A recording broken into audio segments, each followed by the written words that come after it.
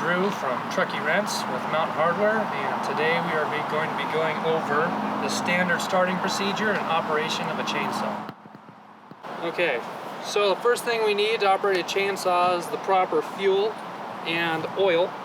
And here we have STIHL's Moto Mix, which is 50-to-1 oil mix for 2-stroke saws, and STIHL's Platinum bar and chain lubricant. And we're going to put those into the saw now.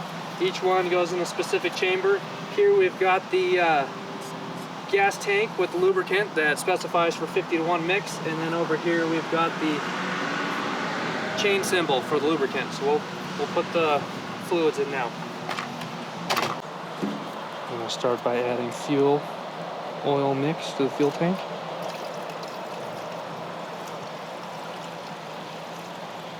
And now bar and chain oil.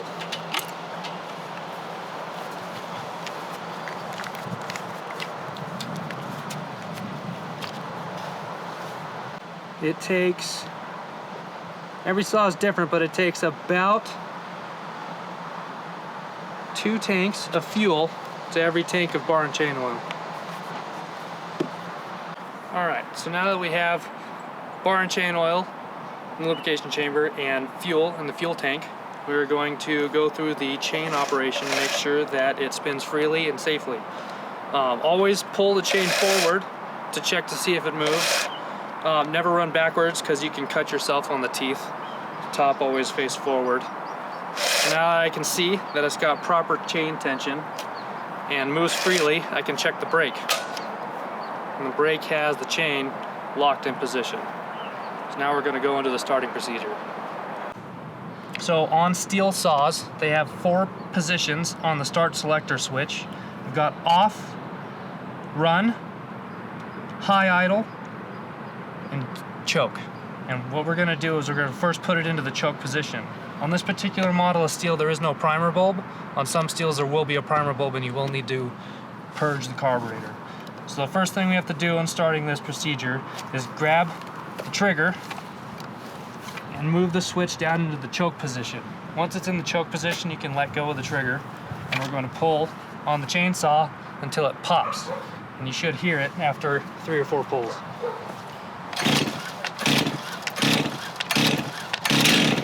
Alright, so that was the pop.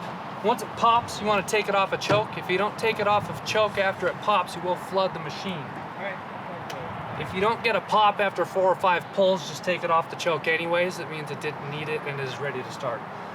So now that it's popped, I've moved it from the full choke position to the half choke or high idle, and this is the position it's going to be when the chainsaw fires up.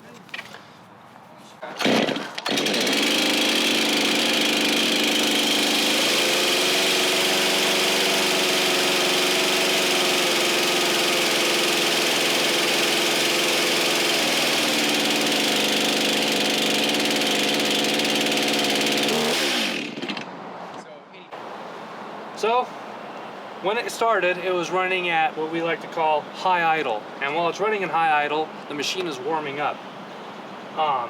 As you saw in the video, I pulled back on the brake to release the chain. That was just so I didn't heat up the clutch. When it's running at high idle and you've got the brake on, it will heat up the clutch, and the machine doesn't like that. So I pulled the brake off, let it warm up for about 30 seconds, and then when it was done warming up, when you pull the trigger, when it's at high idle, it'll release it to the regular run position, and it'll run at regular idle speed.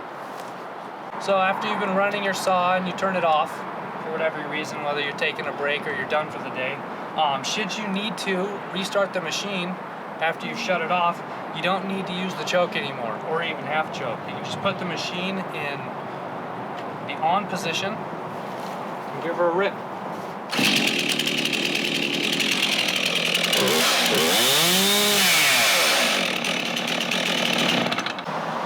So, to go over what we talked about today, we talked about using proper fuels and lubrications for your chainsaw, where to put them, how to start your chainsaw, and safe operation of your chainsaw. So we carry the full STIHL line, Husqvarna line, and Echo line, and if we don't have what you want in store, we can always order it for you. We also have a small engine shop, so if you have any questions on your personal saw, it may not be one of the brands we carry, we can help you with that as well.